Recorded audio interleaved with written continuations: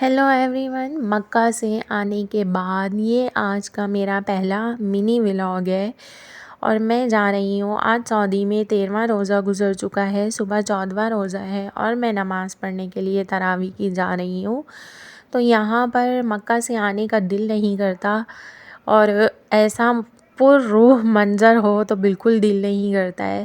تو خیر میں نماز پڑھنے آ گئی تھی۔ نماز پڑھنے کے بعد مجھے پیاس لگ رہی تھی، میں نے پانی کی بوٹل اٹھائی، پھر میں باہر نکل آئی۔ مرد بھی نکل رہے تھے، عورتیں بھی نکل رہی تھیں۔